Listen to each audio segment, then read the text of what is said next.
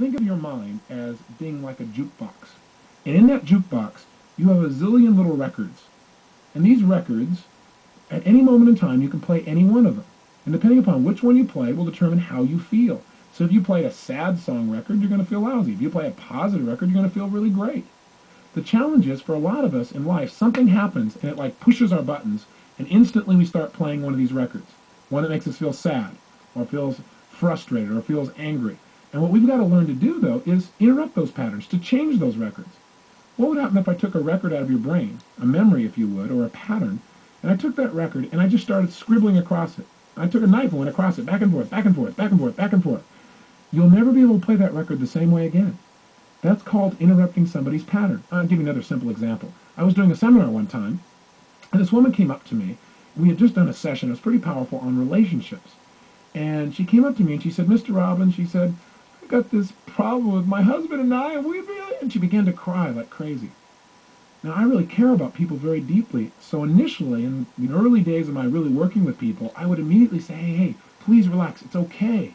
Please don't worry, whatever it is, we'll work it out. You know what the problem with that is? That's what everybody does.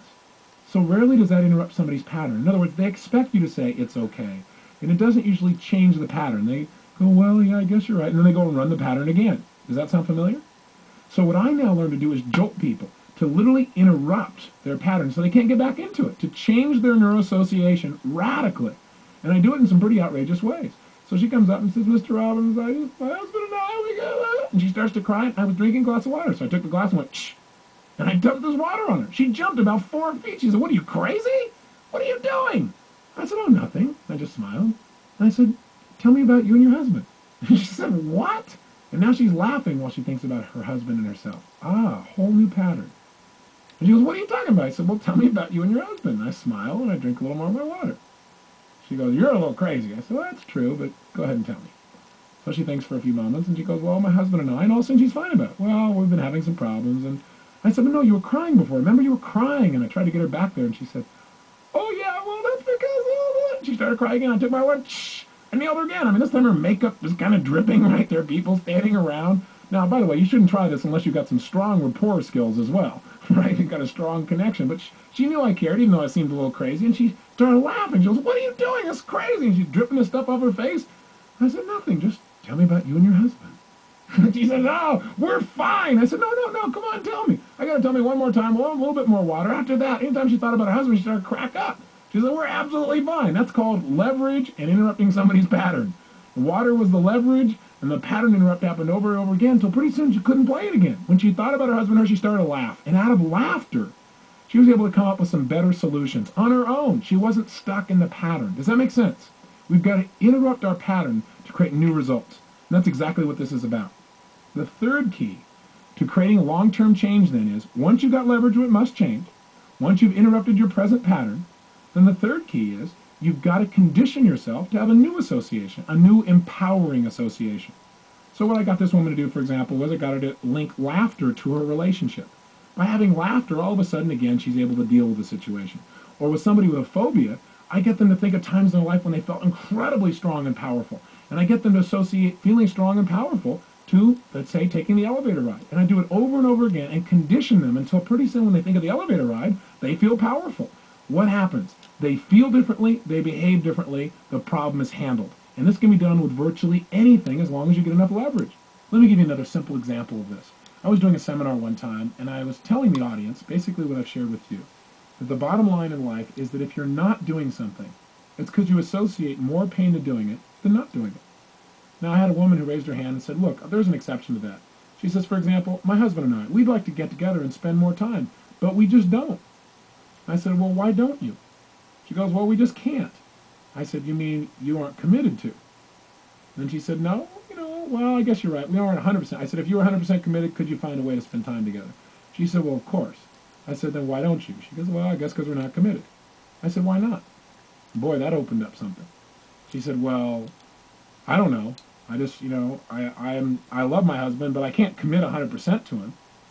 I said, really? Well, let me ask you a question. If you don't commit to him, there's only one reason. You think committing is going to mean more pain than not committing. Is that fair? She thought for a moment. She goes, well, I guess that's true. I said, how come? Where did you get that thing linked up in your head? And what turned out to be was that when she was growing up, she gave 100% in her mind to her family. She gave 100% in her mind to her parents. She loved them 100%. And she felt like here she was giving, giving, giving, and was totally committed to loving them, but she didn't feel like they gave back. She felt unloved. She felt like they didn't reciprocate. And so as a result, she felt these tremendous feelings of loss. And that meant a lot of pain for her. So somewhere along the way, her brain linked up. If you commit and love somebody 100%, then what's going to happen is it's going to mean pain to you. She wasn't even aware of this consciously. But now all of a sudden it was affecting her relationship with her husband, where they had drifted apart. They weren't spending time together. Part of it was just not feeling 100% committed, not being willing to give 100% of herself emotionally and physically and spiritually in being with her husband. So how do you help her to change her neuroassociation? What's step one? Do you remember? Get leverage.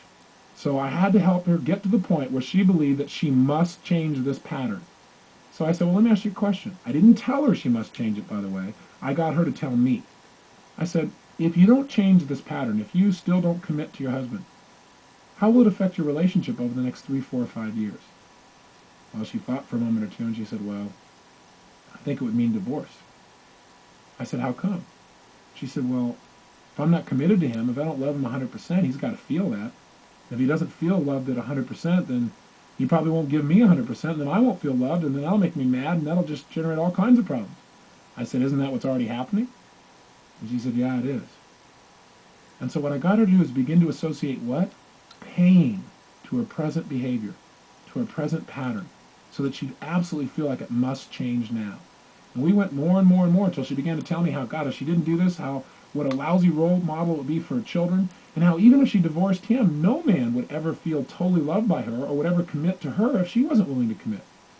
So pretty soon there was so much pain associated with not changing, she felt like she had to. And I said, if you were to change, what would happen? And she said, well, gosh, there's a good chance that if I did change, that he, in fact, would, give all his love to me, too, and our relationship would get better, and our home life would be better. And she went on and on and on with all the pleasure. I'd accomplished step one without a doubt. So now I had leverage with her. She knew she must change, but she still had that pattern, that fear, that said, yeah, God, if I don't change, it's going to mean pain, but God, what if I commit and I give him 100%, but he doesn't love me back? What if I commit and I still don't get the love? What if I commit and I still get pain? And I said, well, let me help you out on this. Let me ask you a question. Have you ever driven a car? And she said, what?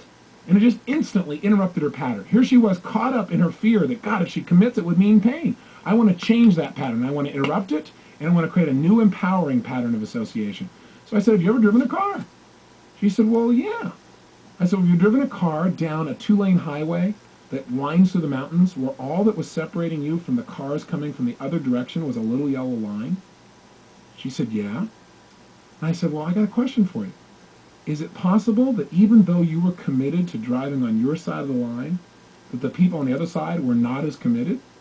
Is that possible? She said, well, yeah. I said, do you have any guarantee that just by your being committed to stay on your side of the line, that they're going to stay on theirs too? She said, well, no.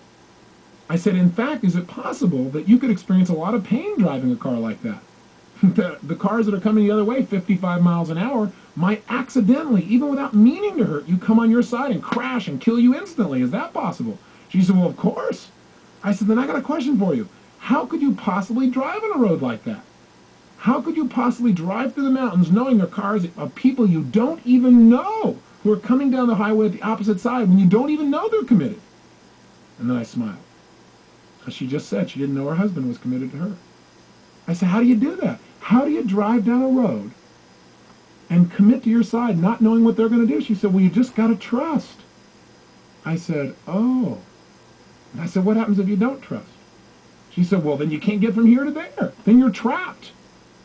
I said, oh. And what she began to do was create a new association, that she was trapping herself. I said, you mean you can't have what you want if you don't just trust and commit? She said, yeah, I hear you. I hear you.